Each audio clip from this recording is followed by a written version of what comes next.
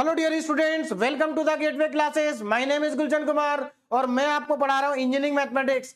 Engineering mathematics में हम unit number 4 पढ़ रहे हैं, स्टैटिस्टिकल टेक्निक सेकंड। और आज हमारा यूनिट नंबर 4 का लेक्चर नंबर 4 है। आज के लेक्चर में हम पढ़ेंगे binomial probability distribution. Binomial probability distribution से पहले हम अपना एक टॉपिक कंप्लीट कर चुके हैं, रैंडम वेरिएबल। देखिए, रैंडम वेरिएबल को हमने 3 लेक्चर में कंप्लीट किया। और रैंडम वेरिएबल हमारे पास दो टाइप के होते थे, डिस्क्रीट रैंडम वेरिएबल और continuous random variable. Discrete random variable को हमने लेक्चर नंबर 1 और लेक्चर नंबर 2 में कंप्लीट किया था और उसके ऊपर काफी सारे क्वेश्चन भी हमने सॉल्व किए थे। उसके बाद लेक्चर नंबर 3 में हमने पढ़ा था कॉन्टिन्यूअस रैंडम वेरिएबल।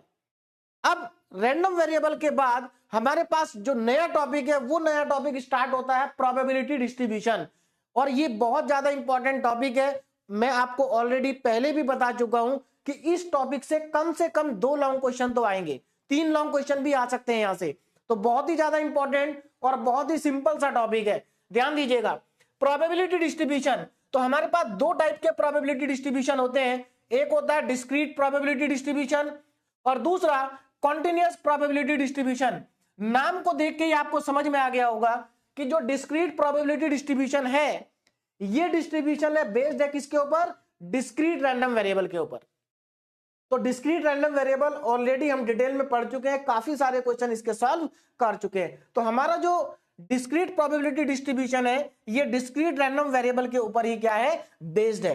अब डिस्क्रीट प्रोबेबिलिटी डिस्ट्रीब्यूशन के अंदर काफी सारे डिस्ट्रीब्यूशन होते हैं, लेकिन मैंने केवल यहां पर वो लिखे हैं जो हमारे सिलेबस में है। तो हमारे सिलेबस में दो टाइप के डिस्ट्रीब्यूशन है। एक तो बाइनोमियल प्रोबेबिलिटी डिस्ट्रीब्यूशन, जिसको हम आज स्टार्ट करेंगे और ये टॉपिक हमारा 2 लेक्चर में कंप्लीट हो जाएगा। उसके बाद पॉइजन प्रोबेबिलिटी डिस्ट्रीब्यूशन, और ये टॉपिक भी हमारा 2 लेक्चर में कंप्लीट होगा, ठीक है ना। तो आज हम बाइनोमियल प्रोबेबिलिटी डिस्ट्रीब्यूशन को स्टार्ट करेंगे। उसके बाद अगर हम बात करें कॉन्टिन्यूअस प्रोबेबिलिटी डिस्ट्रीब्यूशन की, जो कि बेस्ड है कॉन्टिन्यूअस रैंडम वेरिएबल के ऊपर, तो इसमें भी काफी सारे डिस्ट्रीब्यूशन होते हैं, लेकिन यहां पर मैंने केवल वो लिखा है जो हमारे सिलेबस में है। और हमारे सिलेबस में है नॉर्मल प्रोबेबिलिटी डिस्ट्रीब्यूशन, और ये टॉपिक भी हमारा 2 लेक्चर में कंप्लीट होगा, ठीक है। तो ये हमारा इस यूनिट का बचा हुआ पार्ट है, क्लियर है। तो आज हम स्टार्ट करेंगे बाइनोमियल प्रोबेबिलिटी डिस्ट्रीब्यूशन। और बाइनोमियल प्रोबेबिलिटी डिस्ट्रीब्यूशन को आप केवल बाइनोमियल डिस्ट्रीब्यूशन भी बोल सकते हैं, है ना। बाइनोमियल डिस्ट्रीब्यूशन कहें या बाइनोमियल प्रोबेबिलिटी डिस्ट्रीब्यूशन कहें, एक ही बात है। और इसी डिस्ट्रीब्यूशन का एक नाम और भी होता है, बर्नौली डिस्ट्रीब्यूशन। बर्नौली डिस्ट्रीब्यूशन, तो ध्यान रखिएगा, एक नाम इसका और भी है, बर्नौली। बर्नौली डिस्ट्रीब्यूशन भी हम इसको कह सकते हैं, ठीक है ना।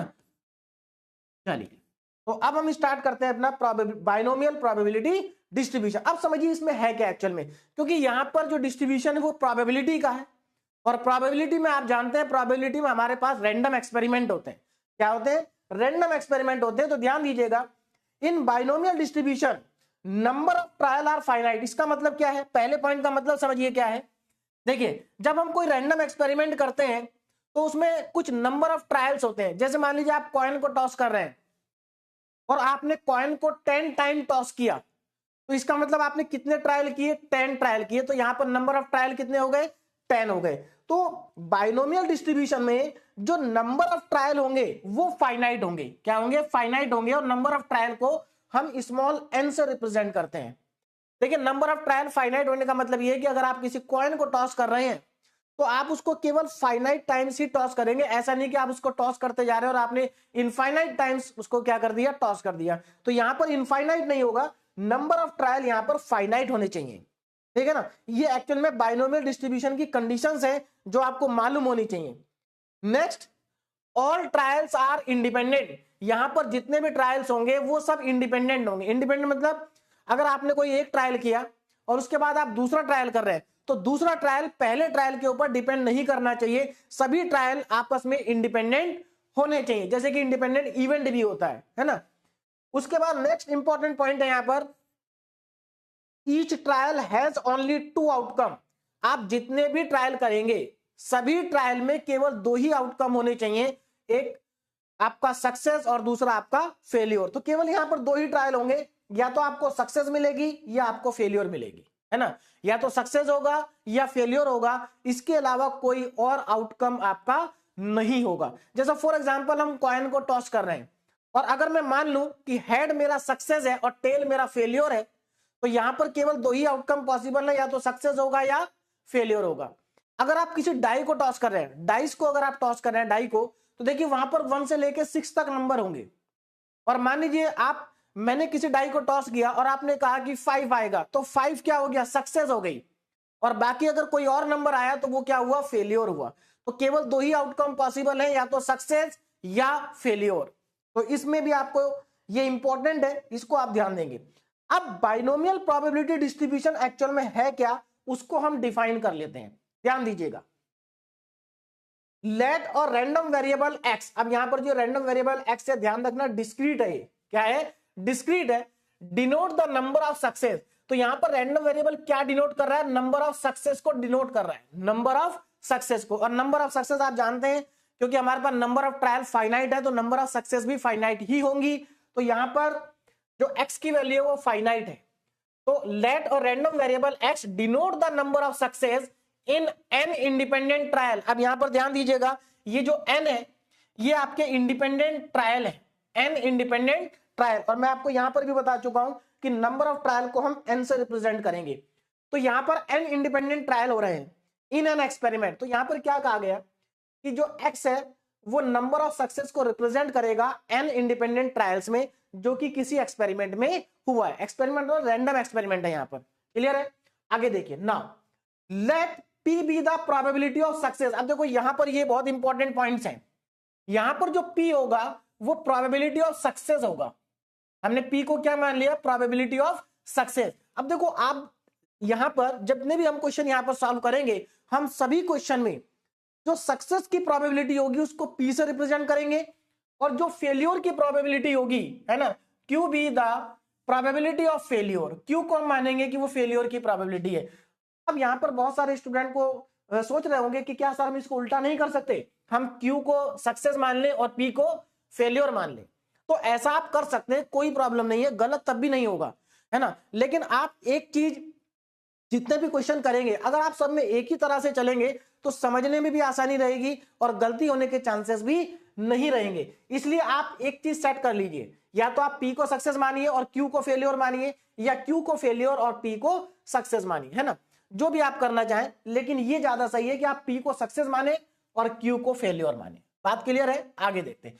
इन अ सिंगल ट्रायल, अब देखो यहां पर सबसे इंपॉर्टेंट बात आगे लिखी है, ये केवल एक ट्रायल की बात हो रही है। मतलब जैसे मान लीजिए आपने किसी कॉइन को 20 टाइम टॉस किया, है ना, तो 20 टाइम आप किसी कॉइन को क्या कर रहे हैं, टॉस कर रहे हैं। अब वहां पर मान लीजिए अगर आपको हेड मिलता है तो सक्सेस है और टेल मिलता है तो फेलियर है। तो अब यहां पर हेड मिलने की प्रोबेबिलिटी क्या है, 1/2, क्योंकि आप केवल एक ट्रायल में देखेंगे। आप 20 टॉस से आपको मतलब नहीं है, वो नंबर ऑफ ट्रायल हो गए, n = 20 हो गया।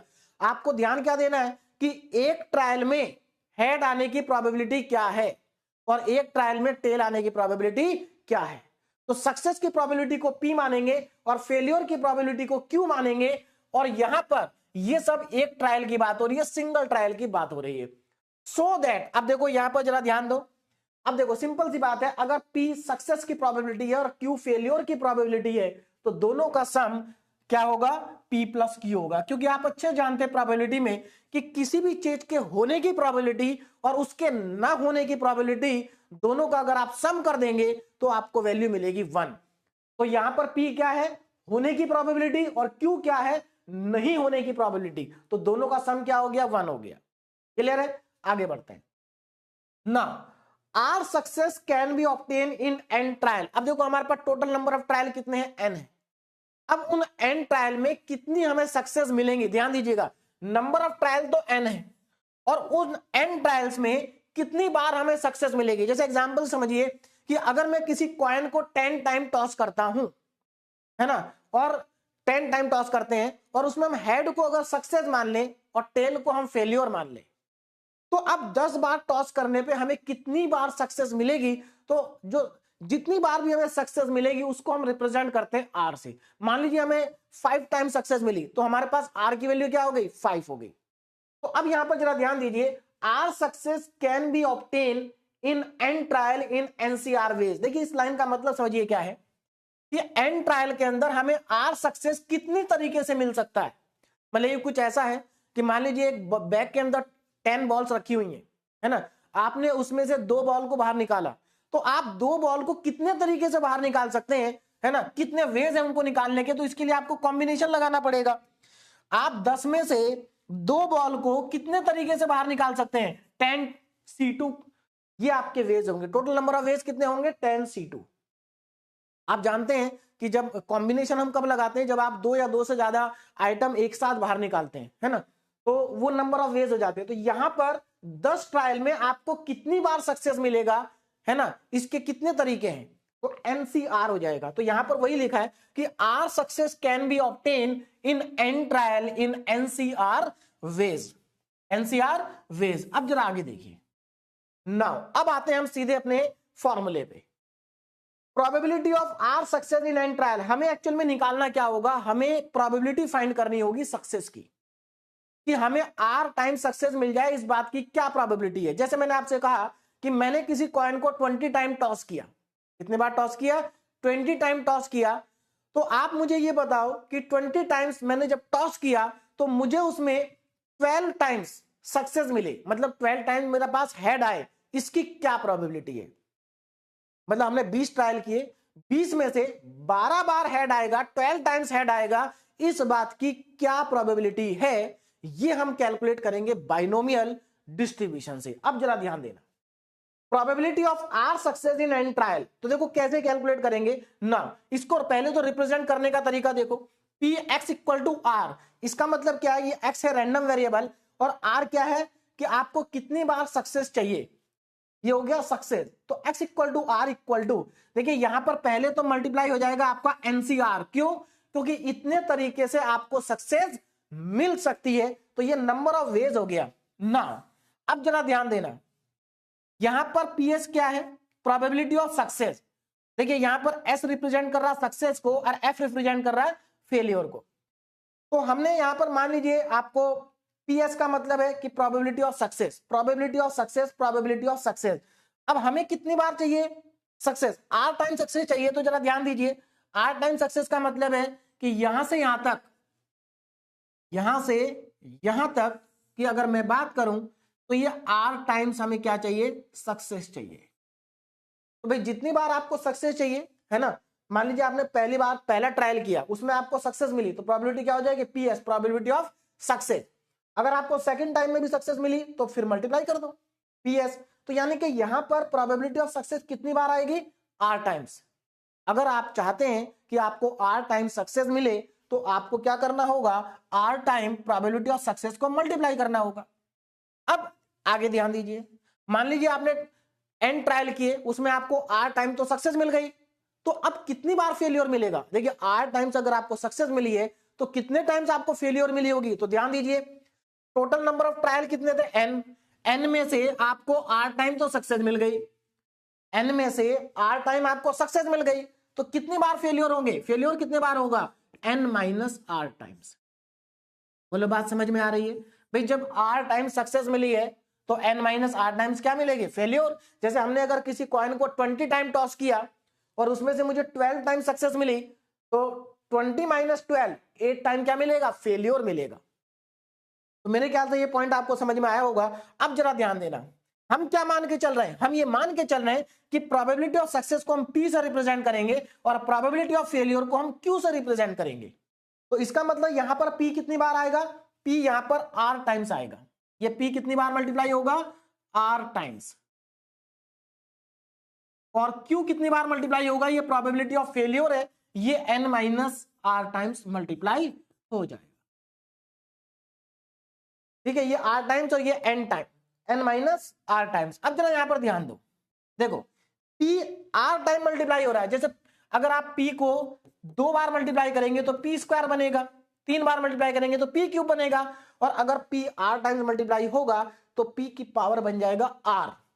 और अगर q n minus r times multiply होगा तो q की पावर बन जाएगी n माइनस आर।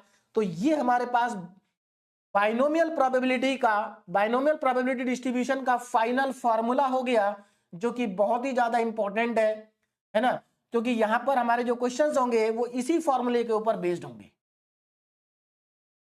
बात समझ में आ रही? This is the binomial probability distribution. तो यहां पर सबसे इंपॉर्टेंट बात क्या है? यहां पर सबसे इंपॉर्टेंट बात यह है कि ये जो P है ये प्रोबेबिलिटी ऑफ सक्सेस है। P क्या है यहां पर? देखिए ये आपको ध्यान रखना है कि यहां पर जो P है वो प्रोबेबिलिटी ऑफ सक्सेस है ना। यहां पर P क्या है? Probability of success. और Q क्या है? Probability of failure. ये प्रोबेबिलिटी है आपकी किसकी? फेल्योर की। तो सक्सेस की प्रोबेबिलिटी, फेल्योर की प्रोबेबिलिटी, n क्या है? नंबर ऑफ ट्रायल, r क्या है? Number of success. तो यहां पर मैं इनको भी एक बार और लिख देता हूं। देखिए बहुत ही इंपॉर्टेंट पॉइंट है इसलिए मैं यहां पर मेंशन कर रहा हूं, ध्यान दीजिएगा। यहां पर n क्या है? Number of trials, number of trials. और r क्या है? Number of success. कितनी बार आपको सक्सेस मिल रही है? Number of success. तो probability of success, probability of failure, number of trial, number of success, इतना आपको ध्यान रखना है। और यहां तक मेरे ख्याल से आपको समझ में आ गया होगा। इंपॉर्टेंट पॉइंट यह है कि आपको यह फॉर्मूला याद रहना चाहिए। अब आगे बढ़ते हैं। देखिए नेक्स्ट, अब यहां पर देखो एक और ध्यान से चीज देखिए। यहां पर अगर मैं यहां पर जो हमारे पास आर है, देखो P सक्सेस की प्रोबेबिलिटी है, Q फेलियर की प्रोबेबिलिटी है, दोनों का सम क्या होगा? 1 होगा। तो where P plus Q equal to 1। अच्छा जो R है, R की वैल्यू क्या होगी? 0 1 2 3 4। इसका मतलब क्या है? 0 का मतलब आपको एक बार भी सक्सेस नहीं मिली, 1 का मतलब एक बार सक्सेस मिली, 2 का मतलब 2 बार सक्सेस मिली, 3 का मतलब 3 टाइम आपको सक्सेस मिली। तो अगर मैं इस फॉर्मूले में x की वैल्यू 0 1 2 3 पुट करते चले जाऊं तो देखो हमें क्या मिलेगा। इस फॉर्मूले में r की जगह जब 0 पुट करोगे तो nc 0, अब यहां p की पावर 0 हो जाएगा जो कि 1 होता है, और q की पावर n बनेगा क्योंकि r 0 हो जाएगा। तो पहली टर्म आपको क्या मिलेगी? x इक्वल टू 0 पे nc 0 q की पावर n। जब आप r की जगह 1 पुट करोगे तो nc 1 p की पावर 1 q की पावर n माइनस 1। इसी तरह से जब आप x इक्वल टू 2 पुट करोगे तो nc 2 p स्क्वायर q की पावर n माइनस 2। और ऐसे आप जब पुट करते जाएंगे, मान लीजिए n टाइम्स तक आप पुट करते हैं x इक्वल टू n, तो आपको मिलेगा ncn p की पावर n, लास्ट टर्म मिलेगी आपको। अब अगर आप ध्यान से इन सारे टर्म को नोटिस करें, ये जो टर्म्स यहां पर लिखी हुई हैं, अगर आप इन सभी टर्म्स को ध्यान से नोटिस करें तो ये टर्म एक्चुअल में बाइनोमियल थ्योरम के एक्सपेंशन की टर्म है। ये क्या है? बाइनोमियल थ्योरम के एक्सपेंशन की टर्म है। जैसे कि यहां पर अगर मैं लिखूं, देखिए ध्यान दीजिएगा, अगर मैं यहां पर लिखता हूं q प्लस p की होल पावर n, तो यहां पर अगर आप बाइनोमियल थ्योरम लगाएंगे तो ये आपको मिलेगा nc0 q की पावर n p की पावर 0 प्लस nc1 q की पावर nc1 p की पावर 1 q की पावर n माइनस 1। और ऐसे आप ओपन करते चले जाएंगे तो आपको ये सारी टर्म मिलती चली जाएंगी। इसका मतलब ये जितनी भी टर्म हमें मिल रही है ये सब बाइनोमियल थ्योरम की टर्म्स हैं। क्या है ये? बाइनोमियल थ्योरम की टर्म्स है। और उसी चीज को मैंने यहां पर लिखा है कि nc0 q की power n, nc1 p q की power n minus 1, nc2 p की पावर 2 q की power n minus 2 dash dash dash. Last term है ncn p की power n are the successive term of binomial expansion. तो मेरे ख्याल से अब आपको समझ में आ गया होगा कि इस डिस्ट्रीब्यूशन को हम बाइनोमियल डिस्ट्रीब्यूशन क्यों कह रहे हैं। इसको हम बाइनोमियल डिस्ट्रीब्यूशन इसलिए कह रहे हैं क्योंकि यहां पर जो आपको डिस्ट्रीब्यूशन मिलेगा वो एक्चुअल में बाइनोमियल थ्योरम का ही क्या है? एक्सपेंशन है। तो ये बस मैं आपको यहां पर समझाना चाह रहा था कि इसको हम बाइनोमियल डिस्ट्रीब्यूशन क्यों कहते हैं। क्लियर हो गई बात? आगे बढ़ते हैं नेक्स्ट। अब देखिए यहां पर बहुत ही इंपॉर्टेंट पॉइंट है नेक्स्ट हमारा कि if an independent trial constitute one experiment. अगर मान लीजिए किसी एक एक्सपेरिमेंट में एन ट्रायल हो रहे हैं, किसी एक एक्सपेरिमेंट के अंदर नंबर ऑफ ट्रायल कितने हो रहे हैं? एन हो रहे हैं, और हम उस एक्सपेरिमेंट को एन टाइम्स रिपीट कर रहे हैं। ध्यान देना, देखिए अगर एक एक्सपेरिमेंट के अंदर एन इंडिपेंडेंट ट्रायल है ध्यान दीजिएगा, यहाँ पर बहुत इंपॉर्टेंट पॉइंट है, इसके ऊपर बेस्ड हमारे काफी सारे क्वेश्चन है। देखो, if an independent trial constitute one experiment, इसका मतलब यह है कि एक एक्सपेरिमेंट के अंदर अगर एन ट्रायल हो रहे हैं, एक एक्सपेरिमेंट के अंदर अगर एन नंबर ऑफ ट्रायल्स हो रहे हैं, तो आगे देखिए जरा क्या कहा गया, and this experiment is repeated n times, और इस एक्सपेरिमेंट को एन टाइम्स रिपीट किया जा रहा है। एन मतलब कैपिटल एन है वहां पर। मतलब आप इसको ऐसा समझ सकते हैं कि मान लीजिए हम एक एक्सपेरिमेंट में एक कॉइन को 10 टाइम टॉस करते हैं, एक एक्सपेरिमेंट में, एक रैंडम एक्सपेरिमेंट में हम किसी कॉइन को 10 टाइम टॉस करते हैं, तो यहां पर नंबर ऑफ ट्रायल कितने हो गए, 10। लेकिन हम इस एक्सपेरिमेंट को 20 टाइम्स रिपीट करते हैं, तो अब कैपिटल एन की वैल्यू क्या हो गई, 20 हो गई। तो मेरे ख्याल से आपको मेरी बात समझ में आ रही होगी कि एक एक्सपेरिमेंट में एन ट्रायल होते हैं, और अगर हम उस एक्सपेरिमेंट को एन टाइम्स रिपीट कर दें, कैपिटल एन टाइम्स, तो यहां पर जो फ्रीक्वेंसी ऑफ सक्सेस है, फ्रीक्वेंसी ऑफ सक्सेस, अब देखो यहां पर प्रोबेबिलिटी नहीं कैलकुलेट होगी, यहां पर फ्रीक्वेंसी ऑफ सक्सेस कैलकुलेट होगी। तो यहां पर जो फ्रीक्वेंसी है, यहां पर जो फ्रीक्वेंसी ऑफ सक्सेस है, उसका फॉर्मूला क्या हो जाएगा, ध्यान दीजिए।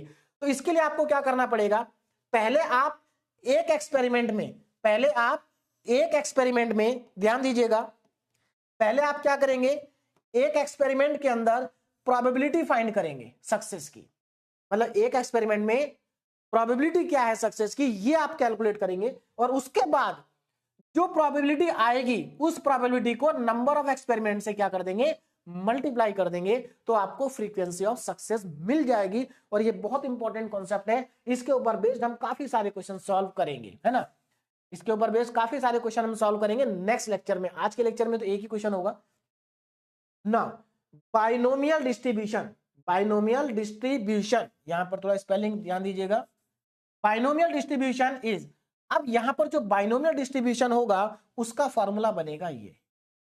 अब देखो ध्यान देना, आपको क्वेश्चन में कई बार बाइनोमियल डिस्ट्रीब्यूशन पूछा जाता है कि बाइनोमियल डिस्ट्रीब्यूशन आप बताइए, तो जब आपसे बाइनोमियल डिस्ट्रीब्यूशन पूछा जाएगा तो मैं आपको बताता हूं आपको बताना क्या है।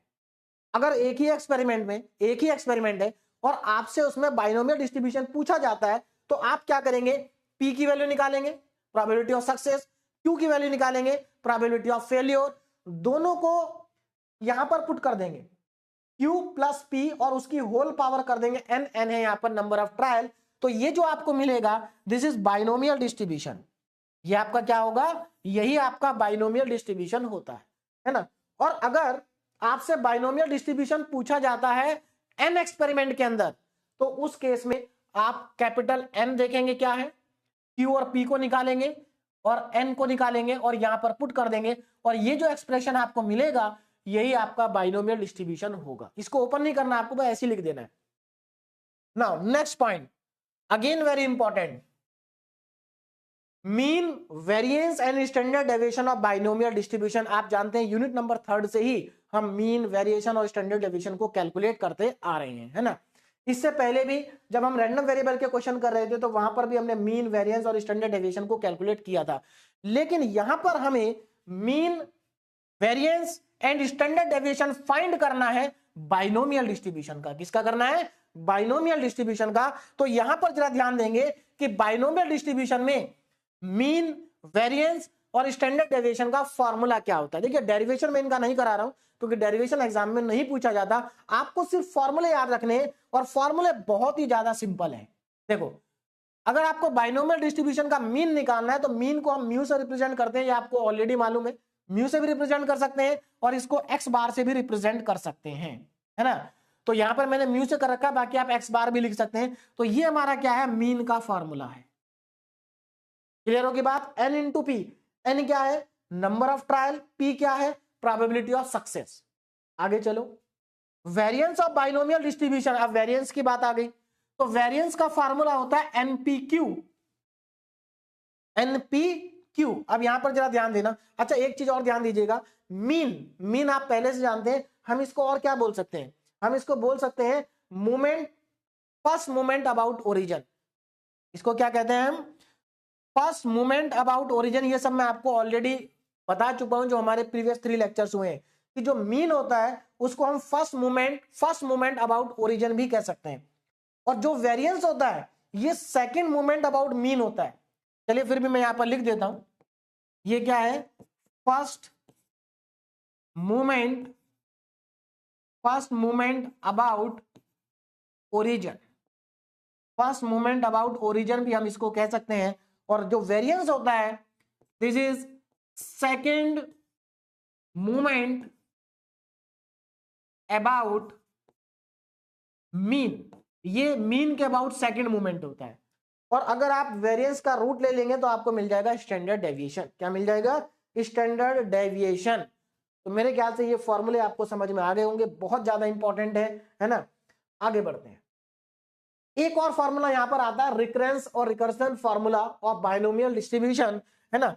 तो देखिए इस फॉर्मूले का कभी कभी इसको फॉर्मूले को पूछ लेते हैं 2 मार्क्स में, इसलिए मैंने यहाँ पर लिख दिया है। बाकी हम क्वेश्चन तो इसके बिना भी कर सकते हैं, है ना, इसके फॉर्मूले के बिना भी हम सभी क्वेश्चन को सॉल्व कर सकते हैं। ध्यान दीजिए यहाँ पर क्या है एक्चुअल में इस फॉर्मूले में, P R plus one equal to N minus R upon R plus one P upon Q P R. देखो यहाँ पर इस फॉर्मूले का यूज बताता हूं मैं आपको क्या है। मान लीजिए आपको x इक्वल टू 1 पे प्रोबेबिलिटी मालूम है, x इक्वल टू 1 पे आपको प्रोबेबिलिटी मालूम है, और आपको x इक्वल टू 2 पर प्रोबेबिलिटी चाहिए, तो आप इस फॉर्मूले का यूज कर सकते हैं। देखो यहाँ पर x इक्वल टू 1 पर आपको मालूम है और x इक्वल टू 2 पर आपको चाहिए, तो देखो 1 ऐड हो गया ना, 1 क्या हो गया, ऐड हो गया। तो अगर आपको PR मालूम है तो आप PR प्लस 1 निकाल सकते हैं, ये इस फॉर्मूले का यूज है। तो इस फॉर्मूले को याद कर लीजिएगा, एग्जाम में कभी कभी पूछ लेते हैं। बाकी क्वेश्चंस हम इसके बिना भी सभी सॉल्व कर सकते हैं। चलिए अब हम करते हैं अपने क्वेश्चन सॉल्व, ध्यान दीजिएगा।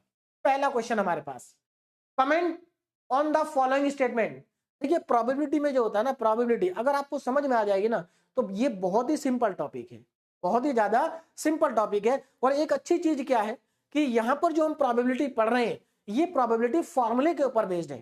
क्या है, फॉर्मूले के ऊपर बेस्ड है। प्रोबेबिलिटी वहां पर थोड़ा सा टफ हो जाती है जहां पर हमारे पास फॉर्मूले नहीं होते, केवल हमें क्वेश्चन को पढ़ के समझ के उसमें अपने आप ही सोचना पड़ता है कि क्या प्रोबेबिलिटी आएगी। लेकिन यहां पर तो आसान है क्योंकि यहां पर पूरी प्रोबेबिलिटी आपकी फॉर्मूला बेस्ड है। क्या है, फॉर्मूला बेस्ड है। ध्यान दीजिए यहां पर जरा देखो, comment on the following statement, हमें इस स्टेटमेंट में कमेंट करना है। क्या कमेंट करना है, देखो स्टेटमेंट क्या है जरा ध्यान देना। For a binomial distribution, binomial distribution के अंदर जो मीन है वो 6 है और वेरिएंस जो है वो 9 है। मतलब हमें एक्चुअल में ये बताना है कि ये स्टेटमेंट क्या सही है या गलत है। तो कमेंट करने का मतलब यही है कि भाई स्टेटमेंट के बारे में बताना है कि ये स्टेटमेंट कैसा है, सही है, गलत है, क्या है। बहुत सिंपल है, बता देते हैं, देखिए कैसे। अब यहां पर आप देखो, अगर आप ध्यान दें तो यहां पर आपको एक तो मीन गिवन है। क्या गिवन है, मीन आपको गिवन है, आपको मीन गिवन है। और आप अच्छे से जानते हैं मीन का फॉर्मूला क्या होता है, मीन का फॉर्मूला होता है mu is equal to NP, यही फॉर्मूला होता है म्यू का, मीन का। तो इसका मतलब यहां पर अगर आप ध्यान दें तो आपको एक्चुअल में यहां पर एनपी की वैल्यू कितनी गिवन है, मीन आपको गिवन है 6। तो आप मान लीजिए कि एनपी इक्वल टू कितना हो गया, 6 हो गया। आगे बढ़ते हैं। अब देखो दूसरा आपको यहां पर गिवन है वेरिएंस। क्या गिवन है, वेरिएंस। और वेरिएंस का फॉर्मूला भी आप अच्छे से जानते हैं। वेरिएंस का जो फॉर्मूला होता है वो आपका होता है एनपीक्यू इज इक्वल टू कितना दिया है, 9 दिया है। तो आपको देखो मीन दिया था, मीन मतलब एनपी और वेरिएंस मतलब एनपीक्यू। तो आपको एक्चुअल में एनपी और एनपीक्यू की वैल्यू दे रखी है, ये एनपी है और ये एनपीक्यू है। तो एक काम करते हैं, इसको हम मान लेते हैं इक्वेशन नंबर 1 और इसको मान लेते हैं इक्वेशन नंबर 2। अब देखो इसके बाद क्या करेंगे, अब जरा ध्यान देना ना, डिवाइड इक्वेशन 2 बाय 1। तो हम इक्वेशन 2 को 1 से डिवाइड कर सकते हैं, मतलब यहां पर 2 को 1 से डिवाइड करेंगे। या आप ऐसा कर लीजिए, यहां से एनपी की वैल्यू 6 है और यहां पर इक्वेशन नंबर 2 में एनपी की जगह 6 पुट कर दीजिए, बात एक ही है। तो चलिए मैं यहां पर इसको डिवाइड कर देता हूं, डिवाइड करने पर देखो क्या मिलेगा। देखिए इस स्टेटमेंट पे कमेंट करने का मतलब है, इस स्टेटमेंट पे आप कमेंट तभी कर पाएंगे जब आप पी और क्यू को निकाल लेंगे, प्रोबेबिलिटी ऑफ सक्सेस और प्रोबेबिलिटी ऑफ फेलियर को आप फाइंड कर लेंगे। यहां पर जो पी होता है ये प्रोबेबिलिटी ऑफ सक्सेस है और एन क्या है, नंबर ऑफ ट्रायल है। तो मैं जब 2 को डिवाइड करूंगा, यानी कि मैं एनपीक्यू को डिवाइड करूंगा एनपी से, एनपीक्यू को डिवाइड करूंगा एनपी से इज इक्वल टू 9 को डिवाइड करूंगा 6 से। क्योंकि जब हम किसी इक्वेशन को डिवाइड करते हैं तो इक्वेशन को डिवाइड करते समय आपको हमेशा ये बात ध्यान रखनी है कि लेफ्ट साइड से डिवाइड होगी और राइट साइड से डिवाइड होगी। चलिए अब यहां पर देखो, ये एनपी से एनपी कैंसिल आउट हो गया, है ना। यहां पर ये 3 से 2 और ये 3 से 3, तो यहां पर Q की वैल्यू क्या आ गई, 3/2। 3/2 का मतलब है कि Q की वैल्यू आ गई 1.5। तो मेरे ख्याल से आपको बात समझ में आ गई होगी। देखिए Q की वैल्यू 1.5 आ रही है, यानी कि प्रोबेबिलिटी ऑफ फेल्योर 1.5 आ रही है। क्या ये सही है? ये तो गलत है। क्यों? क्योंकि आप तो क्लास 9 से पढ़ते आ रहे हैं कि प्रोबेबिलिटी की जो वैल्यू होती है वो हमेशा 0 और 1 के बीच में होती है, यानी कि मिनिमम वैल्यू 0 और मैक्सिमम वैल्यू 1 या उसके बीच में आ सकती है। इसके बाहर कभी भी प्रोबेबिलिटी की वैल्यू नहीं जा सकती। और यहां पर प्रोबेबिलिटी की वैल्यू 1.5 आ रही है, तो आप यहां पर लिख देंगे विच इज इम्पॉसिबल। ये क्या है? ये इम्पॉसिबल है। बात समझ में आ रही है? ये हमारे पास क्या है? इम्पॉसिबल। प्रोबेबिलिटी की वैल्यू 1.5 नहीं हो सकती है। आप यहां पर चाहें तो रीजन भी लिख दें, सिंस जो Q होता है हमारा, ये लेस देन इक्वल टू 1 और ग्रेटर देन इक्वल टू 0 होगा। बोलो बात समझ में आ रही है? तो अब आप फाइनली आप कह सकते हैं कि given statement is false. Given statement is false. तो जो आपको गिवन स्टेटमेंट है वो फॉल्स है, गलत स्टेटमेंट आपको दिया गया है और यही आपको इसके ऊपर कमेंट करना था, है ना। तो आपने बता दिया कि गिवन स्टेटमेंट क्या है, फॉल्स है। तो यहां पर एक इंपॉर्टेंट चीज जो आपको समझ में आ गई होगी वो ये है कि अगर आपको कभी भी क्वेश्चन में मीन और वेरिएंस दिया होगा तो आप मीन और वेरिएंस की हेल्प से प्रोबेबिलिटी फाइंड कर सकते हैं, पी और क्यू की वैल्यू को आप फाइंड कर सकते हैं, है ना। जैसे यहां पर आपके पास क्यू की वैल्यू है, अब ये तो गलत आ गई है, लेकिन मान लीजिए यहां पर क्यू की वैल्यू अगर 1/3 आ जाती, तो अगर Q की वैल्यू 1/3 आ जाती तो P की वैल्यू 2/3 हो जाती। क्यों? क्योंकि आप जानते हैं कि दोनों का सम 1 होता है। तो अगर आपको कभी भी मीन और वेरिएंस दिया होगा तो मीन और वेरिएंस की हेल्प से आप P और Q को फाइंड कर सकते हैं, ठीक है ना। आगे बढ़ते हैं, क्वेश्चन नंबर 2 पे चलते हैं ना। 10 कॉइन आर टॉस साइमल्टेनियसली। देखिए 10 सिक्कों को एक साथ टॉस किया जा रहा है, 10 कॉइन्स आर टॉस साइमल्टेनियसली। और एक चीज हमेशा याद रखना, यहां पर इसकी लैंग्वेज को चेंज भी कर सकते हैं। यहां पर तो लिखा है कि 10 कॉइन आर टॉस साइमल्टेनियसली, ऐसा भी लिख सकते हैं अ कॉइन इज टॉस 10 टाइम्स, यानी कि एक कॉइन को 10 बार टॉस किया जा रहा है। तो देखिए दोनों का मतलब सेम ही होता है। आगे बढ़ते हैं, तो 10 कॉइन को एक साथ टॉस किया जा रहा है। Find the probability of getting at least 7 head. अब देखो यहां पर हमें यह बताना है कि जब हमने 10 कॉइन को टॉस किया तो उन 10 कॉइन में से कम एटलीस्ट लिखा है, कम से कम 7 कॉइन पे हेड होगा। इस बात की क्या प्रोबेबिलिटी है? बात समझ में आ रही है? यानी कि यहां पर अगर मैं आपसे पूछूं कि हमें कितनी बार सक्सेस मिलनी चाहिए, तो यहां पर आर की वैल्यू क्या है? यहां पर आर की वैल्यू कम से कम 7 है, यानी कि यहां पर आर की वैल्यू 7 भी हो सकती है, यहां पर आर की वैल्यू 8 भी हो सकती है, यहां पर आर की वैल्यू 9 भी हो सकती है और यहां पर आर की वैल्यू 10 भी हो सकती है। क्योंकि एटलीस्ट 7 हेड बोला है, यानी कि जो सक्सेस है वो कम से कम 7 बार मिलनी चाहिए। ज्यादा से ज्यादा तो वो 10 के 10 बार भी मिल जाए, कोई प्रॉब्लम नहीं है। बात समझ में आ रही है? तो यहां पर एटलीस्ट वर्ड यूज हुआ और आप जानते हैं जब प्रोबेबिलिटी में एटलीस्ट वर्ड आता है ना, एटलीस्ट वर्ड आता है तो प्रोबेबिलिटी ऐड होती चली जाती है। क्या होती है? प्रोबेबिलिटी ऐड होती है। अब यहां पर चलिए आगे बढ़ते हैं। पहले तो यहां पर 10 कॉइन को एक साथ टॉस किया गया है, तो यहां पर एक्चुअल में सक्सेस क्या है? हेड।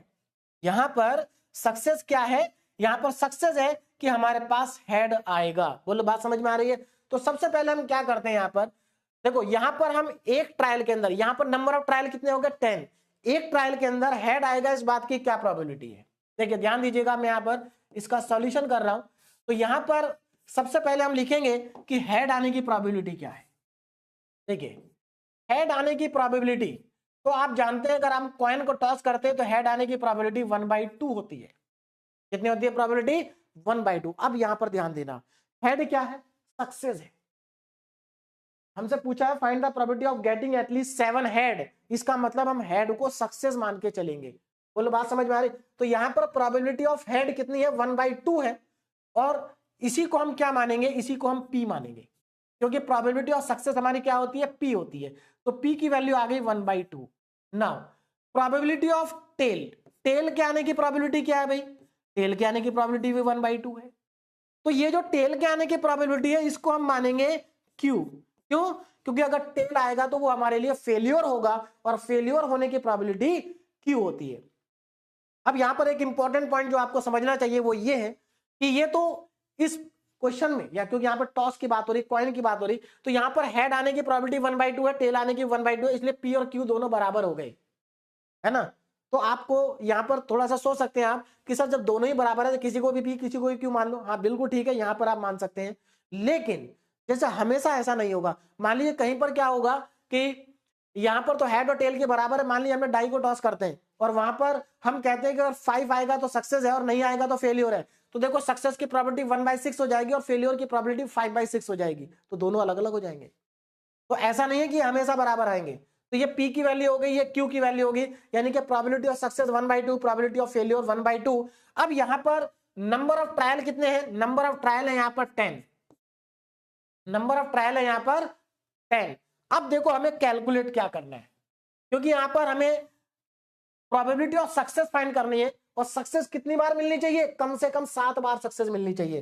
तो अब यहां पर लिखेंगे कैसे, इसको जरा ध्यान देना।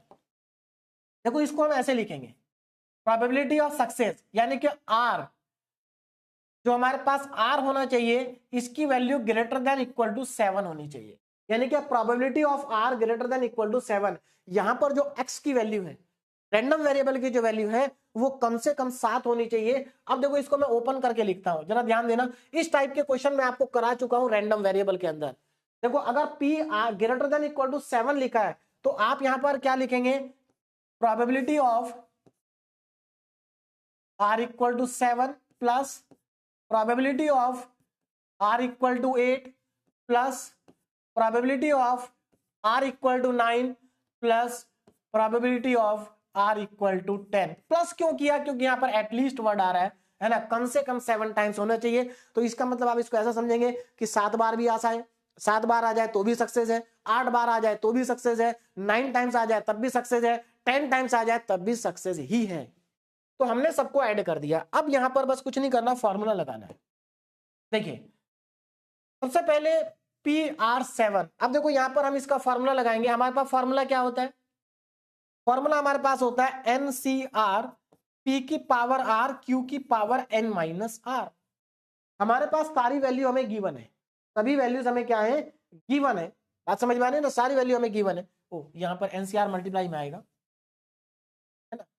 तो यहां पर प्रोबेबिलिटी ऑफ सक्सेस, जरा ध्यान देना, प्रोबेबिलिटी ऑफ सक्सेस का जो हमारा फॉर्मूला होता है वो होता है NCR P की पावर R Q की पावर N माइनस R। ये हमारे पास फॉर्मूला होता है।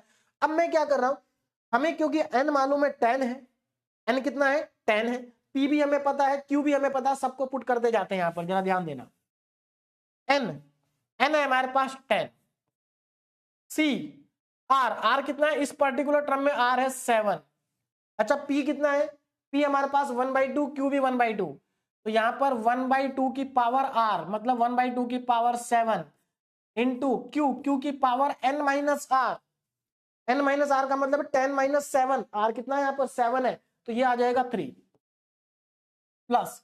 अब यहां पर देखो 10 C8। बात समझ में आ रही मैं कैसे लिख रहा हूं? देखो यहां पर इसका फॉर्मूला क्या हो जाएगा? 10CR, R कितना है? यहां पर 7 है, तो 10C7। उसके बाद P की पावर R, P कितना है यहां पर? 1/2। Q कितना है यहां पर? 1/2, तो 1/2 की पावर 7। क्यों? क्योंकि P की पावर R होती है और R कितना? 7 है, और Q की पावर N माइनस R होती है। N माइनस R कितना हो जाएगा? 10 माइनस 7, 3 हो जाएगा, तो यहां पर 1/2 की पावर 3। नाउ 10C8 और यहां पर क्या आएगा? P की मतलब 1/2। अब जरा ध्यान देना, P की पावर R होती है, R कितना है इस बार? 8। ना Q हमारे पास 1/2 और Q की पावर कितनी होगी? Q की पावर होगी 2, क्योंकि N माइनस R है। प्लस आगे बढ़ते हैं, अब 9 पे पहुंच गए हम, तो यहां पर हो जाएगा 10C9।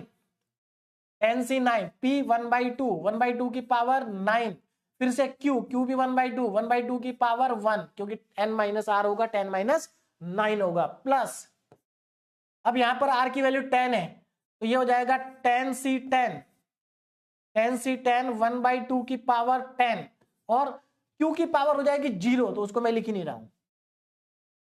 ये लिखना आपको आ गया होगा। इस फॉर्मूले में सिर्फ वैल्यू पुट करते जाना है ना। तो ध्यान देना, पी आर इक्वल टू 7 ये हो गया, पी आर इक्वल टू 8 ये हो गया, पी आर इक्वल टू 9 ये हो गया, पी आर इक्वल टू 10 ये हो गया। अब इसको सिंप्लीफाई करेंगे तो हमें आंसर मिल जाएगा, देखिए जरा ना। अब इसको मैं सिंप्लीफाई करता हूं। देखिए सिंप्लीफाई करने से पहले अगर आप ध्यान देंगे 1/2 की पावर 7 है, 1/2 की पावर 3 है, तो कितनी पावर होगी 10। यहां पर भी देखो 1/2 की पावर 8 और 1/2 की पावर 2, क्योंकि बेस सेम है तो पावर ऐड हो जाएगी। तो यहां पर भी 1/2 की पावर 10, यहां पर भी 1/2 की पावर 10, यहां पर भी 1/2 की पावर 10 और यहां पर भी 1/2 की पावर 10। तो मैं इस पूरे में से 1/2 की पावर 10 को ले लेता हूं कॉमन। बोलो बात समझ में आ गई। अब मेरे पास बचा क्या, यहां पर मेरे पास बचा 10c7 plus 10c8 plus 10c9 plus 10c10। इसको कर लेते हैं सिंप्लीफाई। तो अब जरा ध्यान देंगे, 1/2 की पावर में 10, 10c7 अगर आप इसको सॉल्व करेंगे तो ऊपर आएगा 10 फैक्टोरियल, है ना, 10 फैक्टोरियल, और उसको 7 फैक्टोरियल तक ओपन कर देंगे। तो यहां पर 10 इंटू 9 इंटू 8 और 7 फैक्टोरियल, 7 फैक्टोरियल से कट जाएगा, नीचे 3 फैक्टोरियल आएगा, तो 3 इंटू 2। अगर ये नहीं समझ में आया कैसे आया तो मैं अलग से सॉल्व करके दिखा देता हूं। 10c7 फॉर्मूला लगाएंगे। फॉर्मूला मैंने आपको लास्ट लेक्चर में बता रखा है, चलिए पहले फॉर्मूला एक बार आपको बता देता हूं। एनसीआर का फॉर्मूला यहां पर लगेगा, ऐसा ऑलरेडी मैं आपको लिखवा चुका हूं। ये फॉर्मूला होता है N factorial upon N minus R factorial into में आर फैक्टोरियल, ये हमारे पास फॉर्मूला होता है। अब यहां पर जरा देखो ध्यान से, अगर मैं 10c7 में इस फॉर्मूले को लगाता हूं तो मुझे क्या मिलेगा, ऊपर मिलेगा 10 फैक्टोरियल, क्योंकि ऊपर n फैक्टोरियल होता है, n यहां पर 10 है, divided by n minus R, तो 10 माइनस 7 कितना हो गया 3 factorial, into R factorial, R कितना है यहां पर 7 फैक्टोरियल।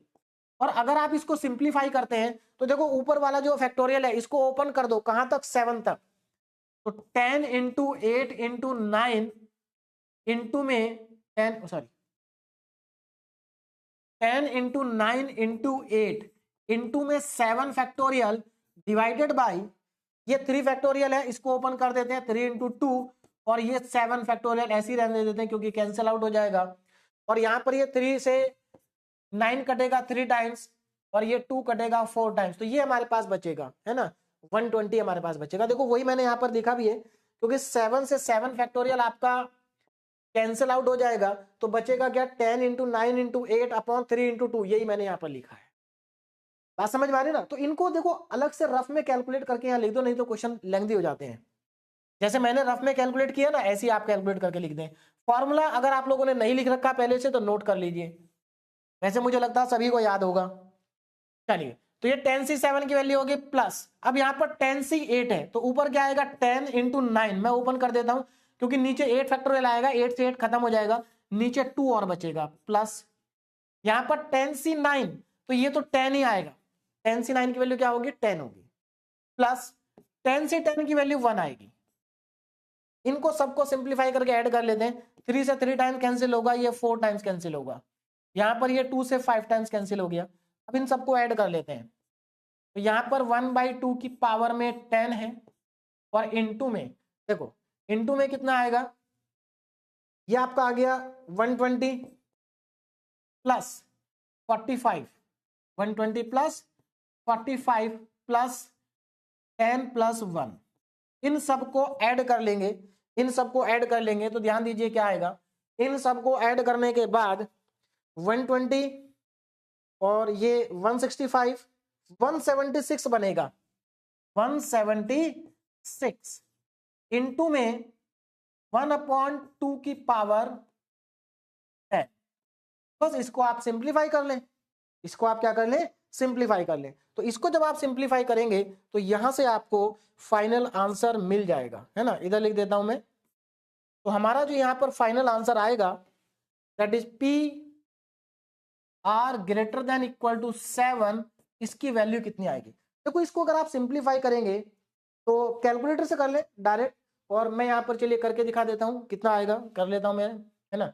तो यहाँ पर 2 की पावर 10 है नीचे, और ये हमारा कैंसिल भी होगा, तो कैंसिल अगर ये हमारा होता है, देखिए 176 डिवाइडेड बाय, मैं इस 2 को थोड़ा ओपन करके लिख लेता हूं, 2 into two into two into two into two into two, कितनी बार लिखा मैंने, 1 2 3 4 5 6, और कितना बच गया, 10 की पावर 4 बच गया।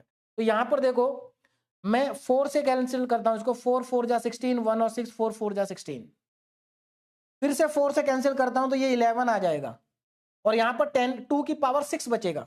2 की पावर कितना बचेगा, ये 10 की पावर 4 नहीं है ना, यहां पर ये बचेगा 2 की पावर 6। देखो यहां पर बचेगा 2 की पावर 6, क्योंकि मैंने 2 की पावर 10 में से जो 2 है वो 4 बार बाहर निकाल लिए, तो ये हमारे पास बन गया 2 2 जा 4, 4 2 जा 4 से कैंसिल हुआ 44, फिर 4 से कैंसिल हुआ 11, ऊपर बचा 11, नीचे बचा 2 की पावर 6, और 2 की पावर 6 होता है 64। तो यहां पर हमें आंसर मिल गया, कितना मिल गया, ऊपर कितना मिला था 11, और नीचे मिला हमें 64। This is the final answer, है ना। तो ये इस क्वेश्चन का क्या है, फाइनल आंसर है। अब हम चलते हैं अपने नेक्स्ट क्वेश्चन। नेक्स्ट क्वेश्चन देखिए क्या है, तो ये समझ में आ गया होगा सभी को, है ना। कुछ नहीं करना था, सिर्फ आपको यहां पर देखो पूछा था आपसे find the probability of getting at least 7 head, कम से कम 7 हेड मिलने चाहिए, यानी कि आपकी सक्सेस क्या है कि आपको कम से कम 7 हेड, तो आपको सक्सेस कम से कम 7 बार मिलनी चाहिए। पहली बात तो आप हेड अगर आएगा तो वो आपके लिए सक्सेस हो गया, तो कम से कम आपको 7 बार सक्सेस चाहिए, कम से कम। तो इसका मतलब 7 बार मिल जाए या 8 बार मिल जाए या 9 बार मिल जाए या 10 बार मिल जाए, सबको कंसिडर, सबको ऐड कर देंगे, आंसर आ गया। नेक्स्ट क्वेश्चन पे चलते हैं। नेक्स्ट क्वेश्चन है हमारा, अ डाई इज थ्रोन 5 टाइम। अब देखो डाई की बात आ गई, डाई को कितनी बार थ्रो किया जा रहा है, 5 टाइम्स थ्रो किया जा रहा है, ठीक है। तो यहां पर नंबर ऑफ ट्रायल कितने हो गए, यहां पर आपके पास नंबर ऑफ ट्रायल हो गए 5। आगे बढ़ते हैं। If getting an odd number, if getting an odd number, यहां पर ये नहीं होगा, if getting an odd number is a success, if getting an odd number is a success, तो यहां पर क्या कहा गया कि अगर आपको ऑड नंबर मिलेगा तो हम उसको सक्सेस मानेंगे, ऑड नंबर अगर आपको मिलेगा तो उसको सक्सेस माना जाएगा। क्लियर होगी बात। Find the probability of getting at least 4 success, तो हमें यह बताना है कि 4 बार सक्सेस मिलेगी, इस बात की क्या प्रोबेबिलिटी है। बहुत सिंपल हो गया, आर की वैल्यू 4 हो गई। अच्छा, probability of getting at least 4 success, sorry at least 4 success है, इसका मतलब 4 सक्सेस मिल जाए तो भी ठीक, 5 मिल जाए तो भी ठीक, कम से कम 4 होनी चाहिए। तो यहां पर हमें पी आर इक्वल टू 4 और पी आर इक्वल टू 5 दोनों को ऐड कर देना है। तो चलिए सबसे पहले तो यहां पर प्रोबेबिलिटी ऑफ सक्सेस लिख लेते हैं। तो यहां पर क्वेश्चन में कहा गया है कि getting an odd number is a success, तो चलिए मैं यहां पर लिख देता हूं, getting an odd number, getting an odd number is a success. अगर आपको ऑड नंबर मिलता है तो उसको सक्सेस माना जाएगा। अब यहां पर जरा ध्यान देना, तो probability of success, probability of, direct लिख रहा हूं मैं, प्रोबेबिलिटी ऑफ सक्सेस, तो सक्सेस होने की प्रोबेबिलिटी क्या है। अब मुझे एक बात बता, डाई पे ऑड नंबर कितने होते हैं भाई, डाई पे ऑड नंबर होते हैं आपके पास 3। चलिए पहले मैं इसका एक काम करता हूं, सैंपल स्पेस लिख देता हूं। फिर जब आप डाई को टॉस करेंगे तो एक ट्रायल के अंदर उसका जो सैंपल स्पेस आएगा 1 2 3 4 5 6, ये सैंपल स्पेस आएगा।